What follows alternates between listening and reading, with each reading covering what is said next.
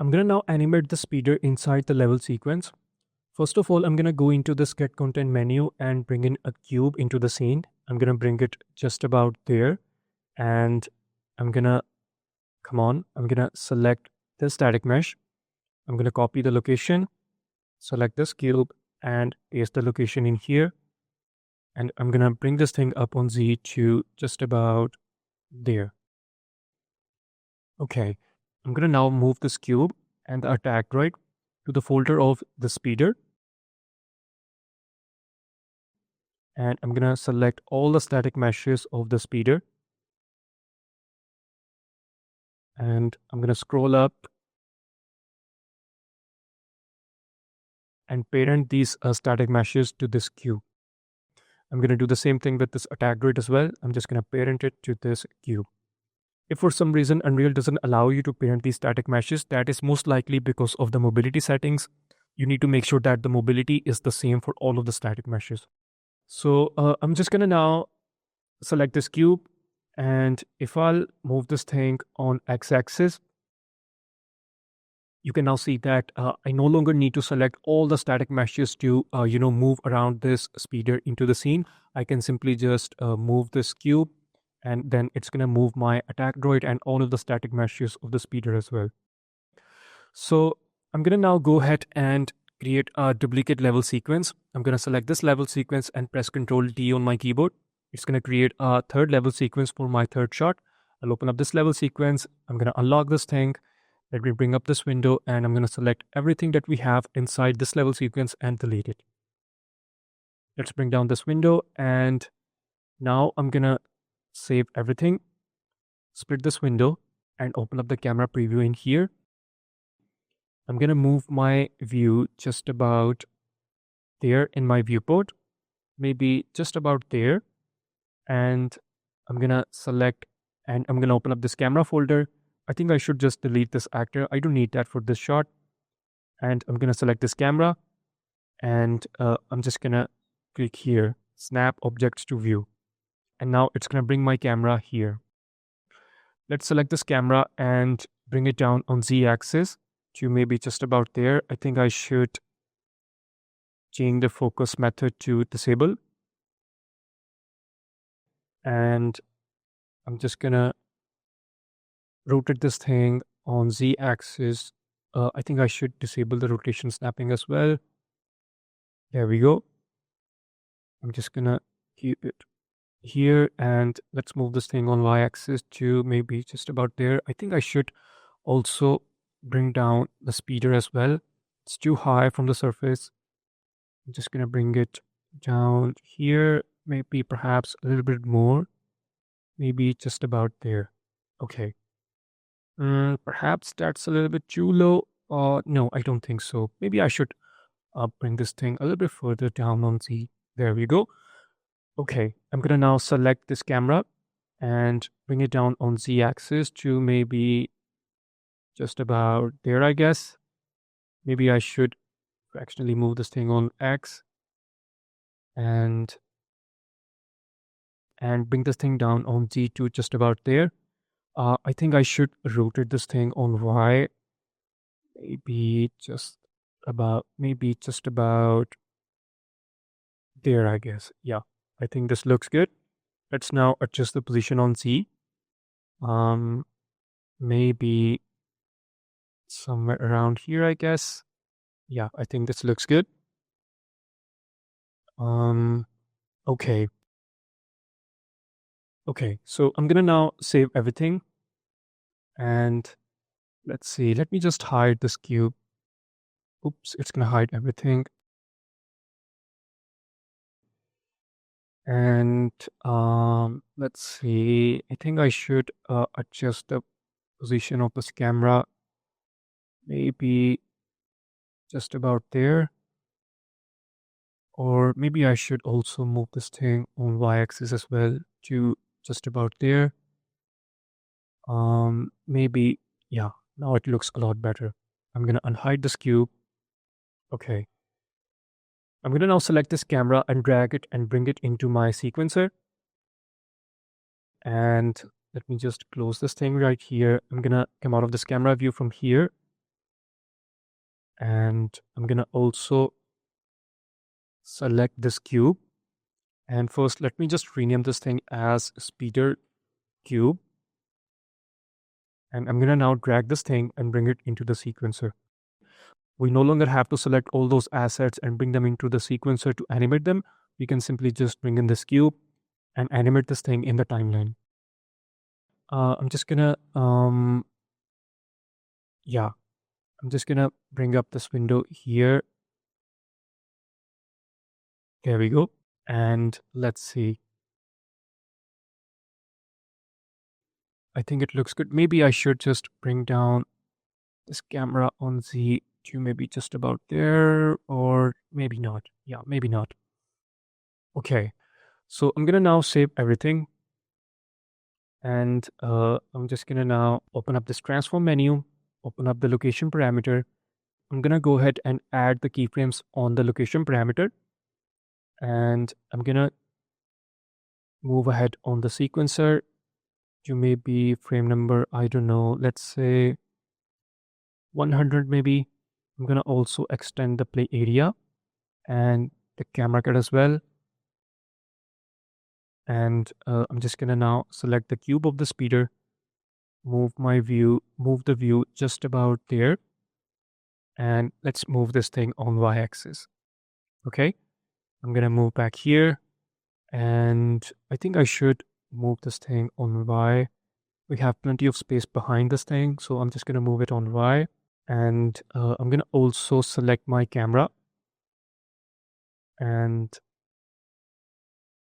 move this thing on y-axis as well to maybe just about there, I guess. Yeah, I think I'm gonna have to pull up this speeder on z-axis. I'm gonna select this cube, and I'm just gonna remove the keyframes for x-axis and z-axis, and I'm gonna move this thing up on z to just about there, and I'm gonna also move my camera maybe just about there, I guess.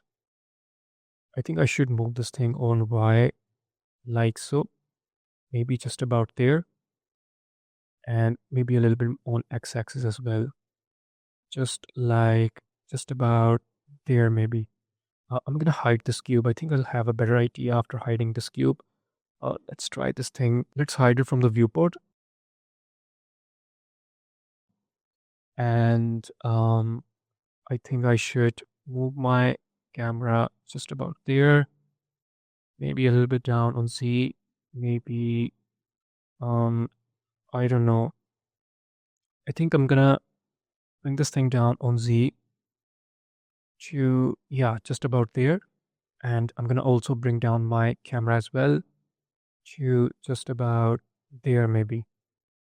I'm gonna move this thing on Y and on X as well, like so. Okay, okay, so I'm gonna now play this animation, and as you can see, now we have this speeder moving on y-axis, but I'm gonna select all the keyframes in here and change the keyframe interpolation to linear so that the speed of this thing remains constant throughout the animation. Let's play this thing. Yeah, now it looks good. I'm gonna also bring down the camera to maybe just about there, just about there. And I'm gonna now animate my camera as well. Let's first save everything. I'm gonna move to frame number, let's say 12 maybe, maybe just about there. And I'm just gonna move my camera on y-axis to maybe just about there. Okay. I'm gonna add some keyframes. I'm gonna add the keyframes for location parameter. And I'm gonna now move this playhead to frame number 100. Let's select this camera. And I'm gonna move this thing on y-axis, on global y-axis, okay? I'm gonna move this thing to just about there maybe. Let's get closer to this thing, and I'm just gonna move this thing on y-axis to maybe there. Okay, I'm gonna select all of the keyframes and I'm gonna change the interpolation to linear. And let's see. Yeah, I think it looks good.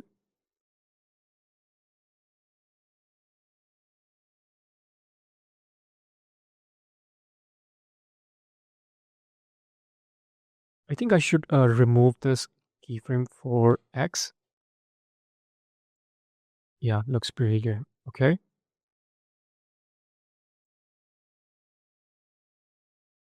I'm gonna save everything and now I'm gonna move to frame number 0 and I'm gonna just select this camera. Where is it? I'm gonna press F to focus. There it is.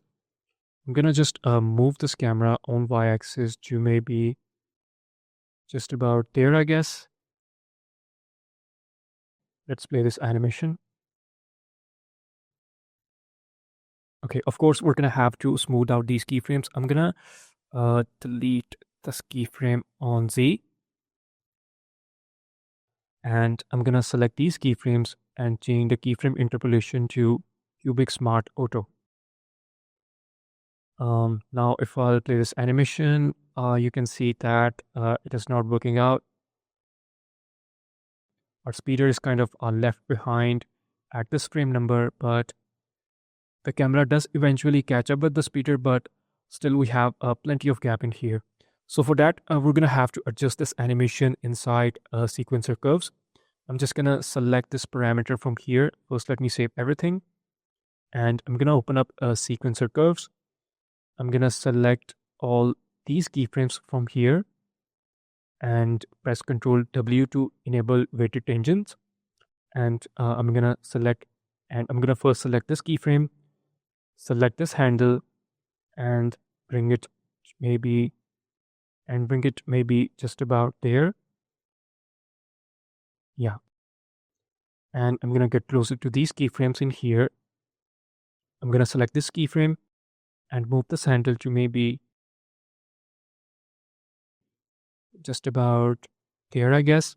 I'm gonna select this keyframe and I'm gonna move this handle to maybe, let's say, somewhere around here. I'm gonna save this thing and let's play the animation. I'm gonna enlarge this window and let's bring down the level sequence and play this animation.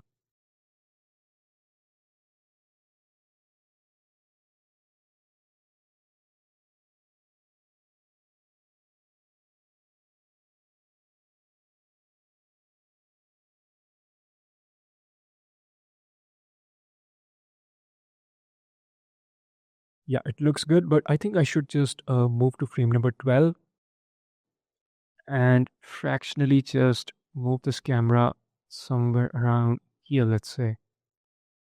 Let's now play this animation. Yeah, I think now it looks a lot better. Looks pretty good. There we go. I'm gonna go back into the sequencer curves and select Y location parameter from here. I'm gonna select this keyframe and move the handle to maybe just about there. I'm gonna save this thing and let's play this animation.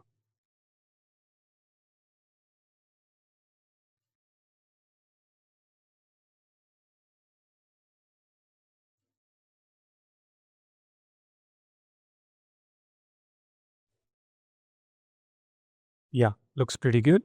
Okay. Let's now also rotate these propellers in the sequencer as well. I'm gonna close up these parameters. Let's lock them and I'm gonna bring down this window. I'm gonna select this propeller and let's bring it into the sequencer. I'm gonna move to frame number 0 and let's bring it down here. I'm gonna go ahead and open this rotation parameter. Let's add the keyframes here and I'm gonna move to frame number, let's say 100 maybe. And I think it's gonna be the roll parameter.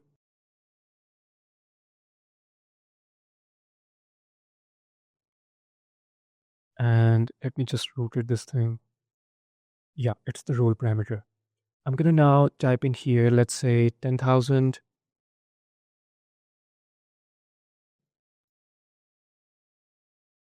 Or maybe I think I should first change the keyframe interpolation to linear. Yeah, let's now see how this thing actually looks like. I'm gonna enlarge this window.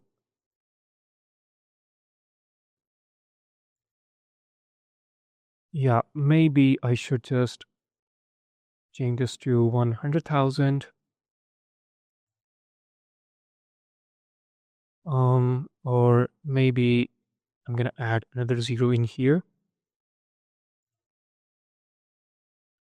Yeah, I think it will look good.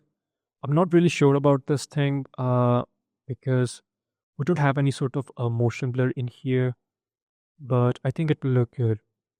Okay. The reason why the movement or the rotation of this propeller looks pretty sharp at the moment is because we just don't have any kind of motion blur in our animation right now. But once we render our shot, we'll have the accurate motion blur and then it will look a lot better. So I'm gonna now just grab my second propeller and bring it into the sequencer. Let me just bring up this window. Come on. And I'm gonna drag this thing here, and I'm gonna go into the transform parameter, open up the rotation parameter, and let me just go to frame number 0. I'm gonna add a keyframe in the roll parameter, and let's move the playhead here. I'm gonna copy this number and paste that in here. I'm gonna select both keyframes and change the interpolation to linear. I'm gonna save everything, and let's see how this thing actually looks like.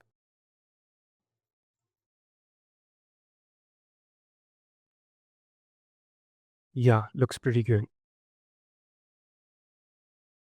So that's pretty much it for this lesson, and in the next lesson, we'll continue to work in the sequencer for our animation of the third shot and animate the two sci-fi hoverbikes to give the chase behind the speeder, okay? So I'll see you guys in the next one.